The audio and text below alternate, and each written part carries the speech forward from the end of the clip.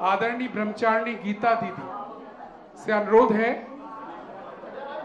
महाराज जी, आज इन्होंने इतना आशीर्वाद दिया है सुबह मुझे, आपके बाद ये तो ऐसा लगा कि मेरी बहन आ गई हूँ आज।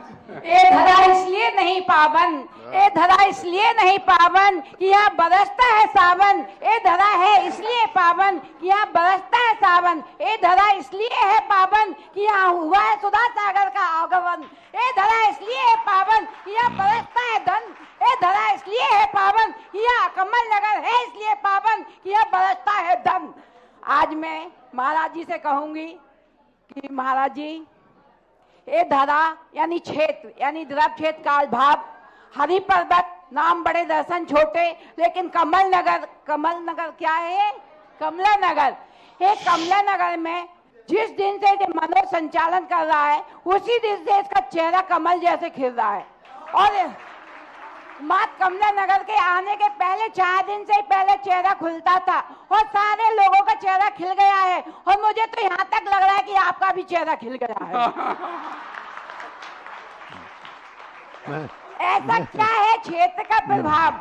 ऐसा क्या है क्षेत्र का प्रभाव कि क्षेत्र के अनुसार भी आदमी की परिणतियां बदलती हैं, आदमी के स्वभाव बदलते हैं, नेचर बदलते हैं, दान देने के मतलब भाव हो जाते हैं।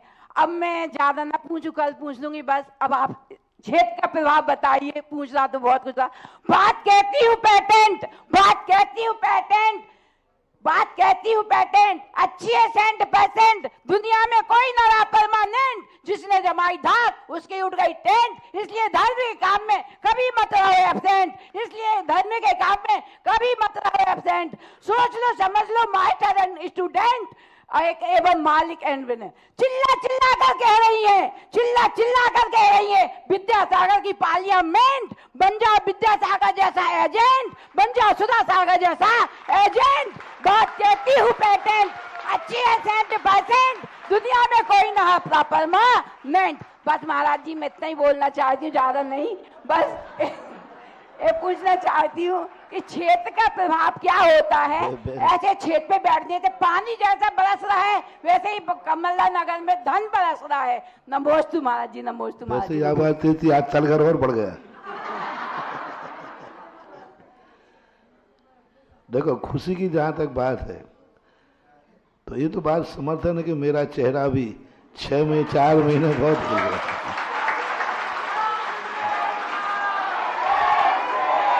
इसलिए नहीं कि आज तुमने दान बोला है, ये बात तो मैंने पहले दिन आते ही कह दी थी। दान की बात नहीं खिल रहा है, दान का तो एक बात का दान तो फल है, बाकी खुशी कारण होती है। तो कुछ ना कुछ स्थितियां ऐसी होती हैं। इस पंचकल्याण के निमित्त से कितनी बड़ी बात हुई कि आचार्य श्री ने 2 साधुओं को भेजा, और हम दोनों को इसलिए नहीं बताया कि हम कह देंगे कि 2 जा रहे हैं तो एक कैंसिल कर देगा। हम और हमारे महाराज जी क्षमा सागर जी दोनों को अलग अलग निर्देश दे दिए। यदि हम और क्षमा सागर को पता चल जाता कि 2 जाने जा रहे हैं तो हम लोग एक कैंसिल कर देते। तो आचार्य जी जानते थे कि इनका कैंसिल का आएगा, 2 की जाने की क्या जरूरत पड़ी होते दिन, तो उन्होंने बताया ही नहीं। जब हमें पता चला तो आचार्य से कहा, बोले नहीं इसलिए तो हमने बताया नहीं था, तुमने पता कैसे कर लिया है। तो कुछ ना कुछ स्थिति होती है कि यहाँ के लोग आचार्य श्री के लिए प्रार्थना कर रहे थे, तो आचार्य श्री ने कहा कि 1+2, वो आते तो अकेले आते, हम 2 को वोट दे देते अपनी बराबरी पर। निरंजन लाल जी वगैरह उस समय थे। तो अपने आप में ये मूर्ति की प्रतिष्ठा और मूर्ति का स्थिति, उस समय भी हम 93 में 94 में जब आए, उस समय भी यहाँ मेरे प्रवचन हुए थे कुछ पंचकर्म के बाद। पंचकर्म के बाद यहाँ आए थे, 17 दिन का प्रवास रहा। तो उस समय ही एक ऐसी, पूरे आगरा में कहीं भी मन नहीं लगा था, पर यहाँ आकर के उस समय भी मन लगा, शिविर भी लगाया था। और वो इतना बढ़िया शिविर रहा। ये 93 की आप लोग कहते हैं कि महाराज आपने बीज बोया था, 93 का बोया हुआ बीज इस बार फसल काट रहा हूं, कोई नया नहीं है।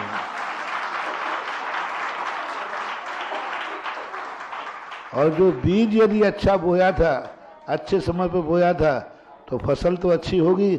और जब फसल अच्छी होती है तो किसान का चेहरा तो खिलेगा ही खिलेगा। सीधी बात है। बीज बोने वाले का यदि फसल लहरा जाए, इससे बड़ी खुशी की बात क्या होती है। मंदिर का अभिषेक हो, चाहे समाज का प्रभाव हो, सब तरफ से जितनी उम्मीदें की थी, बराबर वो बीज उतनी ही अच्छी से फसल के रूप में फल रहा है। और अब ये जो सब घोषणाएं हो रही हैं, इनको देख करके, क्योंकि हमें इन सब की उस समय की भी रोटी हमने खाई है और अब भी रोटी खाई है, बहुत अंतर आ गया है। तो यही तो सब है, खुशी का है। बस साधु कुछ नहीं चाहता, आप लोगों का सद्विचार और सदाचार, आप लोग ऊंचाइयों पर बढ़ें, यही साधु की सबसे बड़ी खुशी होती है। और क्या चाहिए। और मेरे मित्रों से मैं अनुरोध करना चाहूंगा, कल प्रातःकाल सभा में आप मन बना के आना, और अभी भी किसी का मन हो तो आप अवश्य अपने मन को छुपाना मत और हमें बताना, क्योंकि हम चाहते हैं हर घर में से एक एक नाम कम से कम भूदान में जाना चाहिए। 11 कलश कम से कम, क्योंकि हमने समय सीमा दे दी है। अब उसमें 7-8 साल 9 साल तक भी कह दिया गया है उसके लिए। हालांकि हमारे नीरज जी कह रहे थे भैया 5 ही कहना, लेकिन कोई बात नहीं, आप दान की बात करिए। संकल्प जैसा होगा, अभी तो सामने पूज्य श्री हैं, आप करिएगा, लेकिन दान की बात करिए। बहुत बड़ी बात नहीं है। यहाँ के लोग 11 और 25 और 50 या 100 कलश, कोई बड़ी बात नहीं है, जब इतनी बड़ा समय सीमा सबको दी जा रही है। प्रयास कीजिएगा। और हमारे दर्शक जो पूरे विश्व में देख रहे हैं, अब समय आ गया है उस योजना को साकार करने का, समय आ गया है आपके दान का। और ये योजना विश्व की सबसे बड़ी योजना बनकर सामने आने वाली है, और इसलिए आपका दान भी बड़ा दान होना चाहिए। इसीलिए हमने मिनिमम दान की राशि रखी है 11 कलश, जो हमने कहा है, लेकिन 11 कलश आपको भारी ना लगे, इसलिए समय सीमा में डिवाइड कर दिया है। बेस्ट है, उत्तम मार्ग है। अगर आप दे रहे हैं अभी 1-2 महीने 4 महीने में, उत्तम मार्ग है। मध्यम मार्ग 5 साल में, और जघन्य मार्ग आपको मैक्सिमम 10 इयर्स की भी छूट दी गई है। इसलिए सारा भारत उमड़ पड़े अब कम से कम 11 कलश का भूदान करने के लिए। हर वर्ष भी अगर आप 1 लाख 2 लाख भेजते हैं तो 5, 7, 8 साल में आपकी राशि पूरी हो जाती है।